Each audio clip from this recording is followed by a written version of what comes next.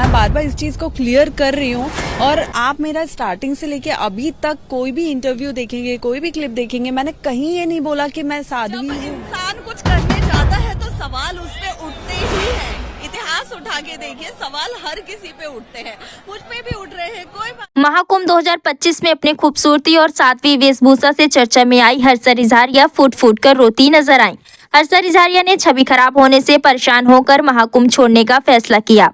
उन्होंने ऐसे मजबूर होने पर कुछ सोशल मीडिया और चैनलों पर भी आरोप लगाया है, जिसके बाद हर्षा रिजारिया ने एक चैनल से कहा, क्या सनातन से जुड़ने के लिए सब चीज का त्याग करना पड़ता है? मैंने कभी नहीं कहा कि मैं साध्वी, संत या सन्यासी हूँ।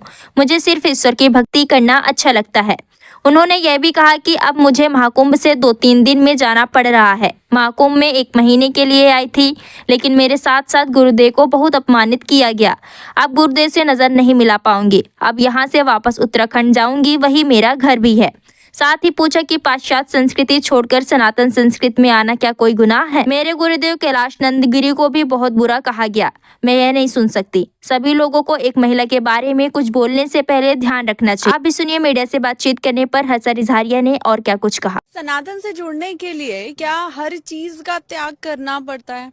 मैंने कहीं भी ये नहीं बोला कि मैं साध्वी हूँ, मैंने कहीं ये नहीं बोला कि मैं संत हूँ, मैंने कहीं ये नहीं बोला कि मैं सन्यासी हूँ। मैंने क्लियर बताया, मैं एक्टर और एंकर रह चुकी हूँ। अब कुछ न्यूज चैनल, कुछ गैर धर्मी लोग उसको मॉडल के रूप में पोर्ट्रे कर रहे हैं कि मॉडल हर्षा। ये भी एक बहुत गलत है कि जो चीज मैं नहीं हूँ आप वो बता रहे हो। उसके बाद जगह जगह से जो टिप्पणियां आ रही हैं गुरुदेव को लेके, वो मुझे नहीं कभी मॉडलिंग नहीं की, आप बताना चाहती हैं? बिल्कुल नहीं किया। मेरी अभी उनसे बात नहीं हो पाई है, लेकिन कहीं ना कहीं मैं ये समझ सकती हूँ कि वो भी इन चीजों से आगत हुए हैं, उन्हें भी हर्ट हुआ है, उन्हें भी दिक्कतें हुई हैं। लेकिन पहली चीज कि वो जो शाही सवारी है वो हमारे परम पूज्य गुरुदेव की निकलती है, हर अखाड़े से उनके आचार्य महामंडलेश्वर की निकलती है। उसमें समस्त साधु संत रहते हैं, महामंडलेश्वर रहते हैं, सब रहते हैं।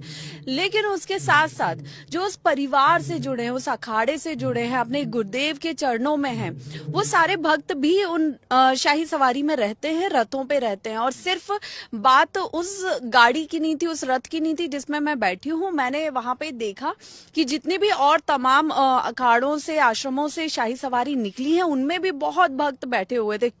लेकिन क्योंकि मेरा चेहरा मीडिया की कृपा से बहुत ज्यादा हाईलाइट हो गया है, तो मीडिया ने बस वो दिखाया और समस्त लोगों ने वो देखा कि मैं बैठी हुई थी। जबकि आप मेरे आगे पीछे देखेंगे उसी शाही सवारी में और भी गृहस्थ लोग बैठे हुए।